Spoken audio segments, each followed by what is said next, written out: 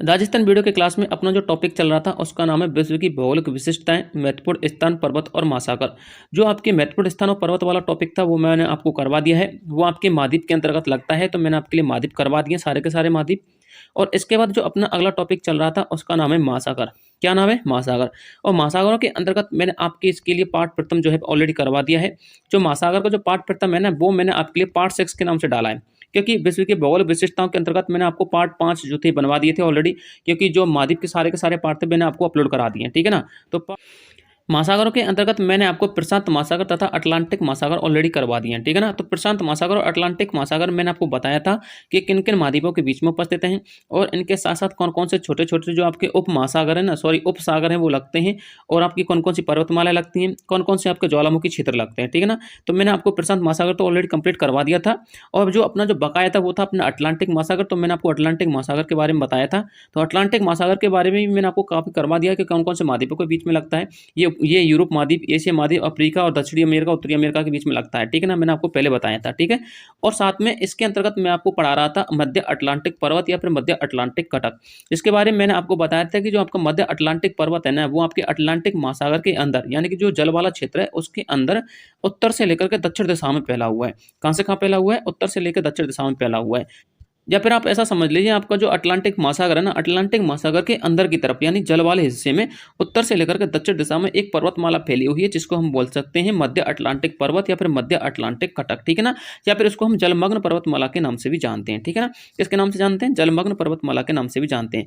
देखिए, मध्य अटलांटिक पर्वतमाला के अंतर्गत मैंने आपके लिए एक पॉइंट लिखाया है जिसका नाम है जलमग्न पर्वतमाला। तो ये जलमग्न पर्वतमाला के बारे में मैंने आपके लिए क्या क्या लिखा है उसके बारे में देख लीजिए क्या क्या लिखा हुआ है। देखिए, इसमें जलमग्न पर्वतमाला के अंतर्गत लिखा हुआ है, ये पर्वतमाला अटलांटिक महासागर के तल में उत्तर दिशा से दक्षिण दिशा की तरफ फैली हुई है। किससे? ऊपर से नीचे की तरफ फैली हुई है। ठीक है ना। याद रखना इस चीज को, उत्तर से दक्षिण की तरफ फैली हुई है, जिसे हम मध्य अटलांटिक कटक के नाम से भी जानते हैं। ठीक है ना। किसके नाम से जानते हैं? मध्य अटलांटिक कटक के नाम से। साथियों, मैं आपके लिए एक बात और बता देता हूं, जिन विद्यार्थियों ने हमारे पाठ प्रथम को जाके नहीं देखा है तो वो पाठ प्रथम को जाके देख सकता है, क्योंकि मैंने आपको उसमें 3D मैप के माध्यम से सारे के सारे महासागर समझा रखे हैं। तो आपको पाठ प्रथम को जाके जरूर देखना है। यानी कि कहने का मतलब ये है कि आपको जो पार्ट 6 है ना, वर्ल्ड ज्योग्राफी का, पार्ट 6 को जाके देखना है। उसमें महासागर स्पेशल टॉपिक लिखाया है, उस टॉपिक को जाके देख लेना। ठीक है। क्योंकि आपको जो पार्ट प्रथम क्लियर हो जाएगा ना, तो पार्ट सेकंड आपको बहुत अच्छी तरह समझ में आएगा। वैसे तो आपको मैं पार्ट सेकंड भी अच्छी तरह समझाने की कोशिश करूंगा। ठीक है ना। अपना ये जो पार्ट सेकंड में आपके लिए बना रहा हूँ ना, ये आपके महासागरों वाला पार्ट है। तो इस महासागरों वाले पार्ट को कराने के बाद आपको पता ही है कि आपको एक नोटिफिकेशन आया था राजस्थान कर्मचारी चयन बोर्ड के माध्यम से। तो उसमें बताया था कि आपकी जो नेगेटिव मार्किंग है ना, वो हटा दी गई है। ठीक है ना। तो नेगेटिव मार्किंग को हटाने के बाद आपका क्या स्कोर रह सकता है, सेफ स्कोर, उसके बारे में भी हम चर्चा करेंगे इसी पार्ट के अंतर्गत। ठीक है ना। तो आप पहले महासागरों वाला पूरा के पूरा जो है टॉपिक पढ़ लीजिए, उसके बाद हम आपके लिए चर्चा करेंगे कि आपकी जो कट ऑफ है वो कितनी रह सकती है, और साथ में आपकी तैयारी को और बेहतर बनाने के लिए मैं आपके लिए क्या क्या आगे जो है करवाने वाला हूँ। ठीक है ना। वो आपके लिए सारा कुछ इसमें डिस्कस करने वाले हैं। तो इस पूरे चैप्टर को अच्छी तरह से पढ़ना है पहले, उसके बाद आपको देखना है लास्ट में आपका स्कोर कितना रह सकता है, और अपनी तैयारी को बूस्ट करने के लिए हमको क्या क्या करना है। ठीक है ना। अब हम पढ़ने वाले हैं अगला पॉइंट, और अगला पॉइंट है आपका ग्रीनलैंड द्वीप समूह। देखिए, आपके जो ग्रीनलैंड द्वीप समूह है ना, ये कहाँ पर उपस्थित है? ये आपके इस महासागर में, यानी अटलांटिक महासागर के उत्तर दिशा में उपस्थित है। यानी कि आपका जो ग्रीनलैंड महाद्वीप है ना, सॉरी जो द्वीप समूह है वो कहाँ पर उपस्थित है? सपोज कीजिए ये हो गया आपका अटलांटिक महासागर। इस अटलांटिक महासागर के ऊपर की तरफ यानी कि उत्तर दिशा में आपका कौन सा द्वीप है? आपका ग्रीनलैंड द्वीप समूह है। यदि हम बात करें इसके दक्षिण में, तो दक्षिण में कौन सा महासागर उपस्थित हो जाएगा? इसके दक्षिण में आपका अंटार्कटिका महासागर या फिर अंटार्कटिका महाद्वीप भी उपस्थित है। कौन सा महाद्वीप उपस्थित है? अंटार्कटिका महासागर, साथ में अंटार्कटिका महाद्वीप भी इसके दक्षिण में उपस्थित है। यदि हम इसके उत्तर की बात करें तो उत्तर में कौन सा है? उत्तर में आपका ग्रीनलैंड द्वीप समूह उपस्थित है। ठीक है ना। याद रखना इस चीज को। आगे मैं इसको सारे के सारे को आपको 3D मैप के माध्यम से समझा दूंगा, टेंशन मत लेना। ठीक है ना। लेकिन आप सभी से मेरी इतनी विनती है कि यदि आप हमारे चैनल पर नए हो और पहली बार विजिट करें तो आप हमारे चैनल को सब्सक्राइब जरूर कर देना। यदि आपको वीडियो पसंद आता है तो वीडियो को लाइक कर देना और अपने दोस्तों के साथ शेयर कर देना। ठीक है ना। आगे देखिए इसमें क्या लिखा हुआ है। आगे लिखा हुआ है प्रमुख सागर। देखिए, प्रमुख सागर कौन कौन से लगते हैं? आपको जो अटलांटिक महासागर है इसके चारों तरफ कौन कौन से प्रमुख सागर हैं? एक है आपका उत्तरी सागर, दूसरा आपका बाल्टिक सागर, तीसरा है भूमध्य सागर, और चौथा है कैरिबियन सागर। ये आपको मैं मैप के माध्यम से और अच्छी तरह समझा दूंगा। ठीक है ना। आगे बात करते हैं अगले पॉइंट की। अगला है आपका जिब्राल्टर जलसंधि। देखिए, जिब्राल्टर जलसंधि मैंने आपको जो महाद्वीप वाला चैप्टर करवाया था तो उस समय भी बताई थी कि जिब्राल्टर जलसंधि किन किन महासागरों के बीच में उपस्थित है, और साथ में किन किन महाद्वीपों के बीच में उपस्थित है। ठीक है ना।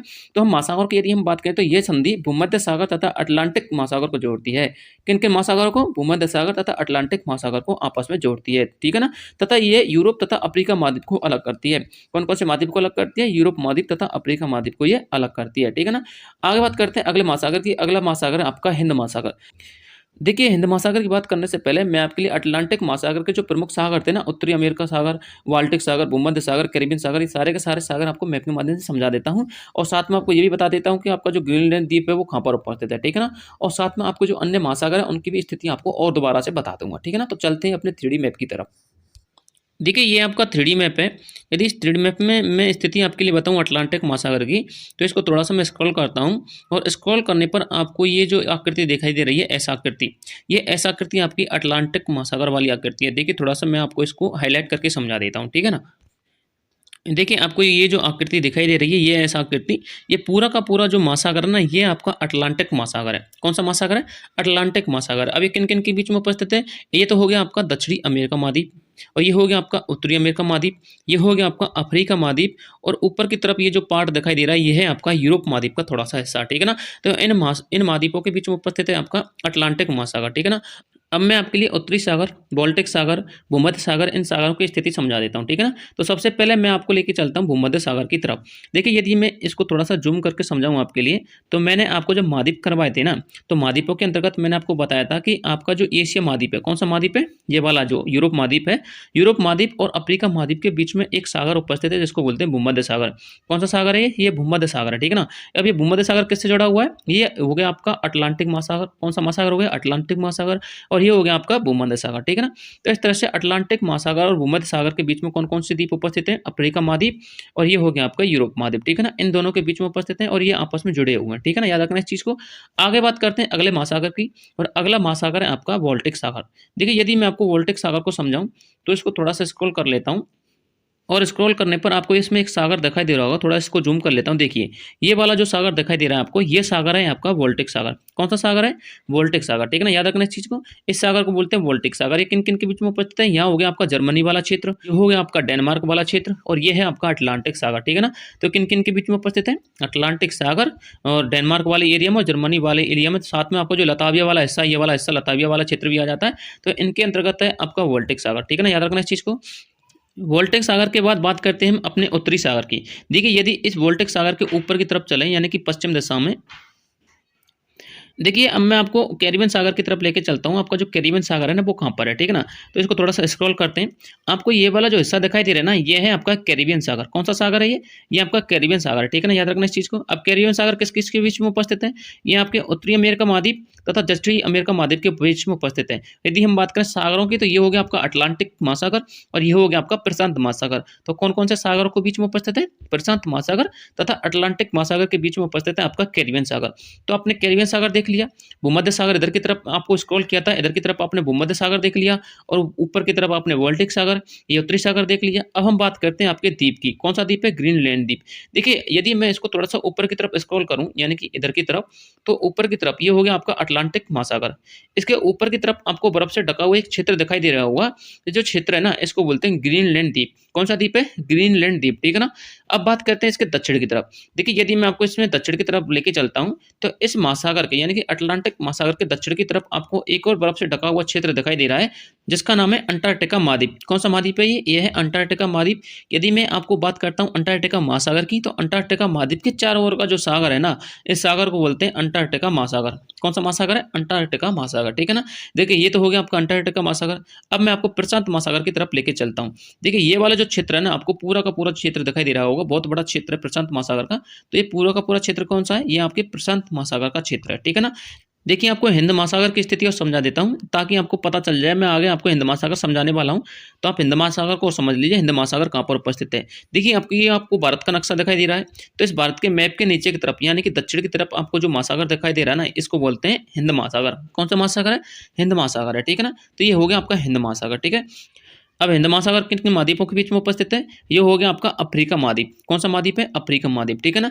यदि हम इसके ऊपर की तरफ चलें, तो ये हो गया आपका एशिया महाद्वीप। कौन सा महाद्वीप है? एशिया महाद्वीप, ठीक है ना। यदि एशिया महाद्वीप के नीचे की तरफ चलें, तो ये हो गया आपका ऑस्ट्रेलिया महाद्वीप। कौन सा महाद्वीप है? ऑस्ट्रेलिया महाद्वीप। तो किन किन महाद्वीपों के बीच में उपस्थित है? आपके अफ्रीका महाद्वीप, एशिया महाद्वीप और ऑस्ट्रेलिया महाद्वीप के बीच में उपस्थित है आपका हिंद महासागर। कौन सा महासागर है? हिंद महासागर, ठीक है ना। याद रखना इस चीज को। अब चलते हैं अपने पॉइंटों की तरफ, यानी कि आपके जो महत्वपूर्ण बिंदु मैंने करवा रखे हैं, उन बिंदुओं को देख लेते हैं, ठीक है ना। तो देखिए मैंने आपको सारे के सारे सागर जो प्रमुख सागर थे, उत्तरी सागर, बाल्टिक सागर, भूमध्य सागर, कैरिबियन सागर, ये आपको 3D मैप के माध्यम से समझा दिए हैं। साथ में आपकी जिब्राल्टर जल संधि, ये वाला जो टॉपिक था ना ये रह गया था क्योंकि ये भूल गया था मैं। लेकिन फिर मैंने आपको ये महाद्वीप वाले चैप्टर में अच्छी तरह समझा रखी है, ठीक है ना। यदि आपको ये अच्छी तरह से समझनी है तो आप हमारे महाद्वीप वाले चैप्टरों को जाके देख लेना, ठीक है। अब आगे बात करते हैं अगले महासागर की। अगला महासागर है आपका हिंद महासागर। देखिए हिंद महासागर के अंतर्गत क्या लिखा हुआ है। देखिए इसके अंतर्गत लिखा हुआ है, इसका नाम भारत के नाम पर रखा गया। यह विश्व का तीसरा सबसे बड़ा महासागर है। इसकी आकृति लगभग त्रिभुज के आकार की है और यह एकमात्र ऐसा महासागर है जिसके क्षेत्र गोलार्ध, जो इसका पूरा का पूरा क्षेत्र है ना, गोलार्ध में उपस्थित है। किस गोलार्ध में? दक्षिणी गोलार्ध में, ठीक है ना। तो ये कैसा महासागर है? यह मात्र एक ऐसा महासागर है जिसका पूरा का पूरा क्षेत्र दक्षिणी गोलार्ध में उपस्थित है। थोड़ी देर पहले आपको मैंने मैप के माध्यम से समझा रखा है, ठीक है ना। आगे बात करते हैं अगले पॉइंट की। आगे इसमें लिखा हुआ है, इसकी यदि गहराई की दृष्टि से देखा जाए तो यह गहराई की दृष्टि से विश्व में सेकंड स्थान रखता है। कौन सा स्थान रखता है? सेकंड स्थान रखता है। यदि लवणता की बात करें तो लवणता इसमें पाई जाती है 34.7%, ठीक है ना। कितनी पाई जाती है? 34.7%। आगे इसमें लिखा हुआ है, ये महासागर अंटार्कटिका महाद्वीप, अफ्रीका महाद्वीप, एशिया महाद्वीप तथा ऑस्ट्रेलिया महाद्वीप के बीच में उपस्थित है, ठीक है ना। ये मैंने आपको मैप के माध्यम से अभी थोड़ी देर पहले समझाया था। आगे बात करते हैं इसकी आकृति की। तो इसकी आकृति अंग्रेजी के एम अक्षर के समान भी मानी जाती है। किस अक्षर के समान मानी जाती है? अंग्रेजी के एम अक्षर के समान मानी जाती है, ठीक है ना। अब देखिए इसका मैंने मैप भी बना रखा है, इस मैप को भी समझ लीजिए थोड़ा सा ताकि आपको और अच्छी तरह समझ में आ जाए। देखिए ये तो हो गया आपका अफ्रीका महाद्वीप, ठीक है ना। ये हो गया आपका एशिया महाद्वीप, थोड़ी देर पहले बताया था। ये हो गया आपका भारत वाला हिस्सा और ये हो गई आपकी बंगाल की खाड़ी। ये हो गया आपका अंडमान निकोबार द्वीप समूह, ये ऑस्ट्रेलिया महाद्वीप। अगर इसके थोड़ा सा नीचे चले तो ये हो गया आपका अंटार्कटिका महाद्वीप। इन सभी के सभी महाद्वीपों के बीच में उपस्थित है आपका हिंद महासागर। कौन सा महासागर है ये? हिंद महासागर है। अब देखिए इसके आकर जो एम आकार के समान है वो कैसे? देखिए यदि हम बात करें इस तरह से, तो इस तरह से मैं इसको बना सकता हूँ एम आकार। कौन सा आकार बना सकता हूँ? एम आकार, ठीक है ना। तो ये आपके अंग्रेजी के एम अक्षर के समान आकार रखता है, ठीक है ना। आगे बात करते हैं अगले पॉइंट की। आगे इसमें क्या लिखा हुआ है? ये महासागर तीनों ओर से भूवेष्टित महासागर है। यानी भूवेष्टित का कहने का मतलब है ये महासागर तीनों तरफ से आपका जो है भूमि युक्त महासागर है। यानी कि इस महासागर के तीनों तरफ आपको भूमि देखने को मिलेगी। क्यों मिलेगी? क्योंकि इधर हो गया आपका अफ्रीका महाद्वीप, ये हो गया एशिया महाद्वीप और इधर हो गया आपका ऑस्ट्रेलिया महाद्वीप, ठीक है ना। तो तीनों तरफ से कैसा महासागर है? ये भूवेष्टित महासागर है, ठीक है। आगे बात करते हैं अगले पॉइंट की। आगे देखिए इसमें क्या लिखा हुआ है। आगे इसमें लिखा हुआ है, इसकी औसत गहराई 3741 मीटर यानी कि 12,274 फीट है। तथा अगला पॉइंट है, 20वीं सदी में इस महासागर को अज्ञात महासागर के नाम से जाना जाता था। यानी कि 20वीं सदी से पहले इस महासागर को अज्ञात महासागर के नाम से जाना जाता था। लेकिन यदि अभी फिलहाल की बात करें तो फिलहाल में इसको हिंद महासागर के नाम से जाना जाता है, ठीक है ना। किस महासागर के नाम से जाना जाता है? हिंद महासागर के नाम से जाना जाता है। अब बात करते हैं अगले महासागर की। अगला महासागर है आपका आर्कटिक महासागर। देखिए यदि हम बात करें आर्कटिक महासागर की तो इसमें क्या लिखा हुआ है? इसमें लिखा हुआ है, यह महासागर विश्व का सबसे छोटा महासागर है। कैसा महासागर है? विश्व का सबसे छोटा महासागर, जिसकी औसत गहराई कितनी है? 1205 मीटर है। कितनी है? 1205 मीटर। अगला पॉइंट इसमें लिखा हुआ है, इस महासागर को उत्तरी ध्रुव महासागर के भी नाम से जाना जाता है। किस महासागर के नाम से जाना जाता है? उत्तरी ध्रुव महासागर के नाम से भी जाना जाता है, ठीक है ना। आगे इसमें लिखा हुआ है, ये महासागर यूरेशिया के उत्तरी भाग में तथा उत्तरी अमेरिका महाद्वीप और ग्रीनलैंड द्वीप समूह के बीच में उपस्थित है। अब देखिए इसको समझ लीजिए पहले। यदि हम बात करें यूरेशिया की तो यूरेशिया का मतलब होता है यूरोप महाद्वीप प्लस में आपका एशिया महाद्वीप। यानी कि ये महाद्वीप किस किस के बीच में उपस्थित है? एक तो आपके यूरोप महाद्वीप और एशिया महाद्वीप और उत्तरी अमेरिका महाद्वीप, और आपका जो ग्रीनलैंड द्वीप है ना उसके उत्तर दिशा में उपस्थित है। उसकी किस दिशा में उपस्थित है? उत्तर दिशा में उपस्थित है, ठीक है ना। मैंने आपको मैप समझा रखा है, मैप को समझ लीजिए, ठीक है।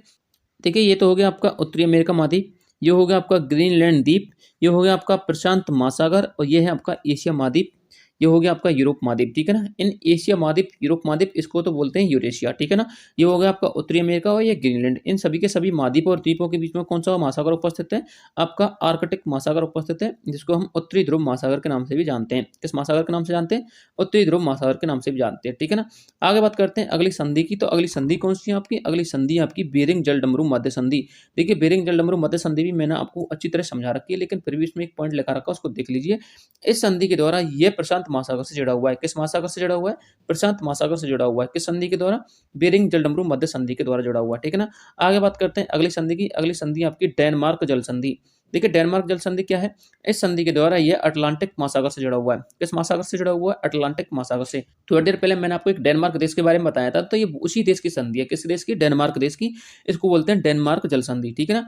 आगे इसमें लिखा हुआ है ये महासागर आंशिक रूप से समुद्री बर्फ से ढका हुआ है, यानी कि आंशिक रूप से किससे ढका हुआ है, बर्फ से ढका हुआ है, ठीक है ना। आगे इसमें लिखा हुआ है सभी महासागर में इसकी लवणता सबसे कम है, जितने भी आपके 5 या 4 महासागर पाए जाते हैं उन सभी महासागरों में इसकी लवणता सबसे कम मानी गई है, ठीक है ना। अब देखिए आपकी जो डेनमार्क जल संधि और बेरिंग जल संधि है ना, इसको मैंने मैप के माध्यम से भी समझा रखा है, इसको देख लीजिए।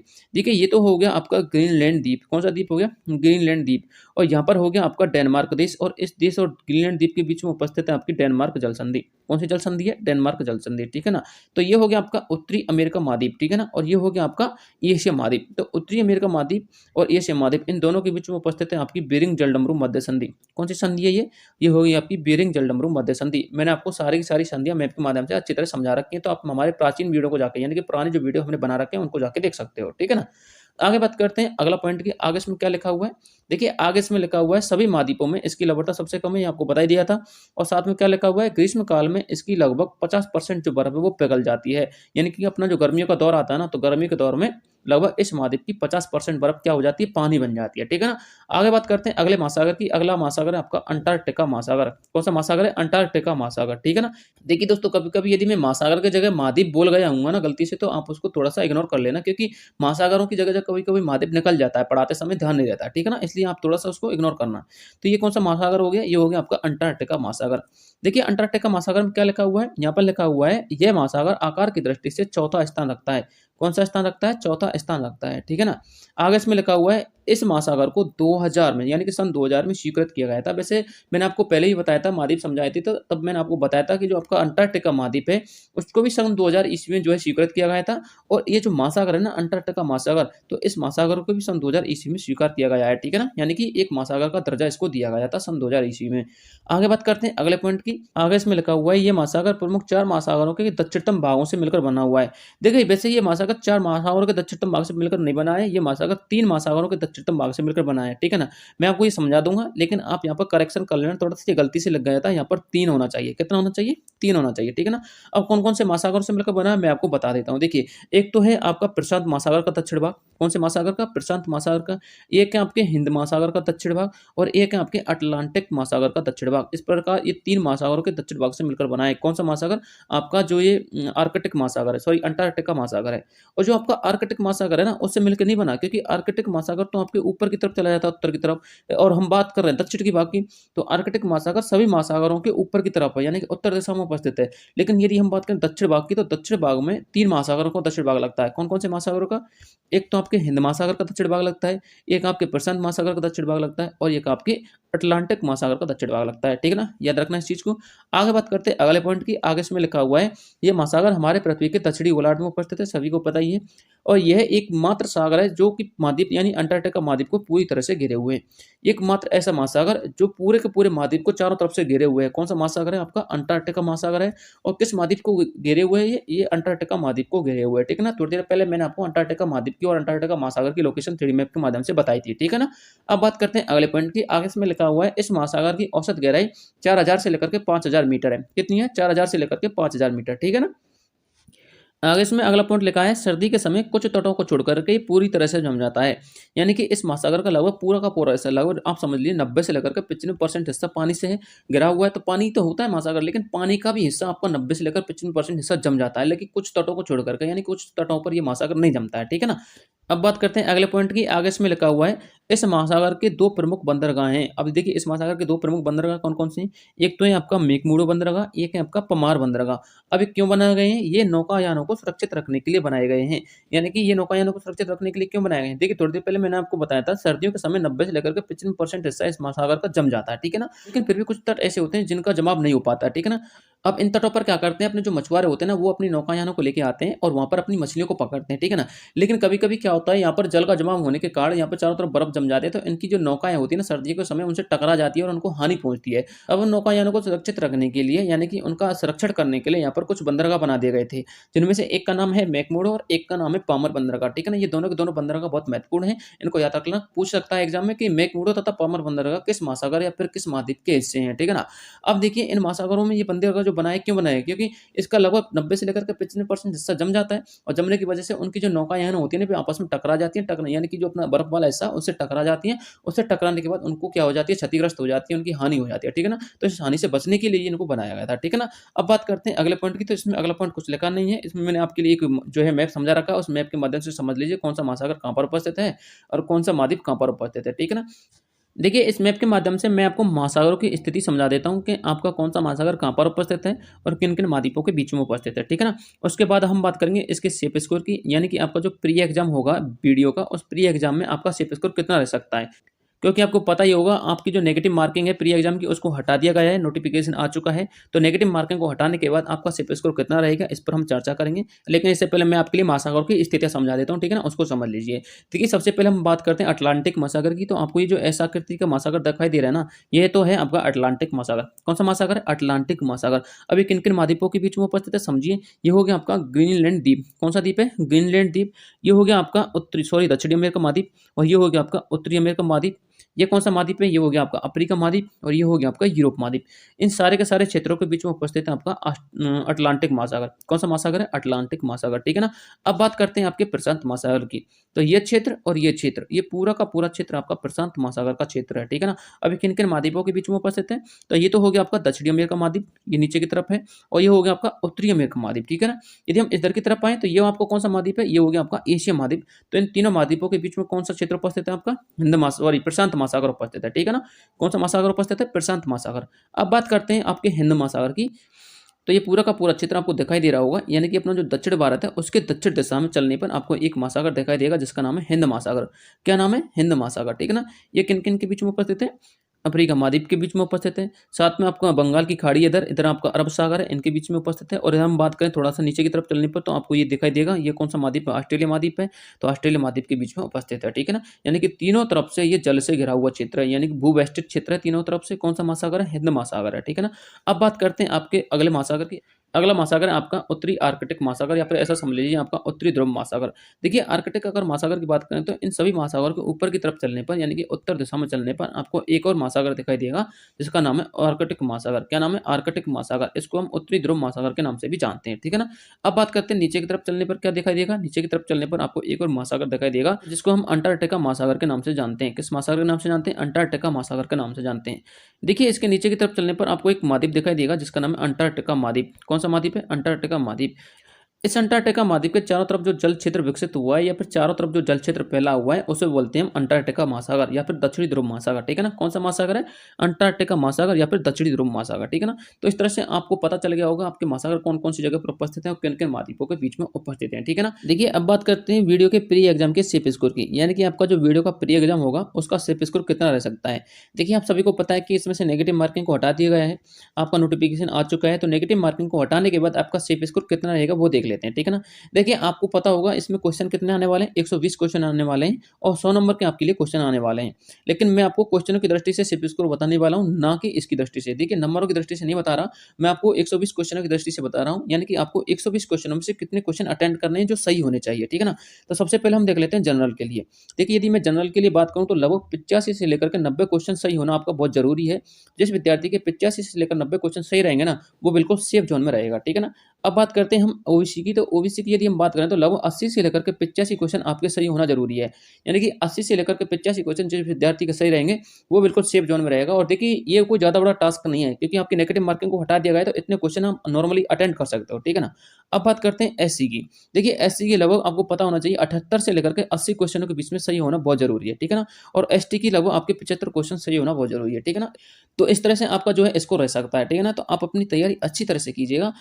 और देखिए, आप सभी के लिए मैं बता दूं, आपके ग्राम विकास अधिकारी के एग्जाम में जितने भी जीके के इंपॉर्टेंट टॉपिक थे वो सारे के सारे मैंने आपको करवा दिए हैं, ठीक है ना, जो आपको ऑनलाइन प्लेटफॉर्म पर शायद ही देखने को मिलेंगे, ठीक है ना। अब बात करते हैं आपकी तैयारी को और बेहतरीन बनाने के लिए हम क्या कर सकते हैं। देखिए, इसके लिए मैं आपके लिए टॉपिक वाइज एमसीक्यू क्वेश्चन लेके आऊंगा, ठीक है ना। वो आपके बिल्कुल टॉपिक वाइज एमसीक्यू क्वेश्चन रहेंगे, इसलिए आपको वो सेशन तो बिल्कुल अटेंड करना है, क्योंकि आपके लिए टॉपिक वाइज एमसीक्यू क्वेश्चन करवाने से आपकी तैयारी को बूस्टिंग मिलेगी, ठीक है ना। इससे क्या होगा, आपकी तैयारी और बेहतरीन रहेगी और आपके जितने भी पिछले टॉपिक जो आपके दिमाग में नहीं आए हैं तो सारे के सारे टॉपिकों से आपको पता चल जाएगा कि किन किन टॉपिकों से आपके क्वेश्चन आ सकते हैं, ठीक है ना। तो मैं आपके लिए टॉपिक वाइज क्वेश्चन लेके आऊंगा और टॉपिक वाइज ही एमसीक्यू करवाऊंगा, ठीक है ना। इस सेशन को आप बिल्कुल अटेंड करना, अपने दोस्तों के के लिए शेयर कर देना वीडियो को। मैं आपके लिए जितना भी हो सके एग्जाम से पहले लगभग 3-4 दिन तक लगातार एमसीक्यूज क्वेश्चन करवाता रहूँगा, ताकि आपकी जो तैयारी ना और बेहतरीन बन सके, ठीक है ना? बस हमें आपके सपोर्ट की ज़रूरत है। आपसे इतना निवेदन है कि आप हमारे चैनल को सब्सक्राइब ज़रूर कर देना और वीडियो को अपने दोस्तों के साथ शेयर कर देना, और ज़्यादा से ज़्यादा शेयर करना, ताकि आपके दोस्तों को भी पता चल जाए और एमसीक्यूज क्वेश्चन का जो सेशन है वो लगातार आप लेते रहें। आज की वीडियो में इतना ही काफ़ी है। मिलते हैं नेक्स्ट वीडियो में, तब तक के लिए जय हिंद, जय भारत।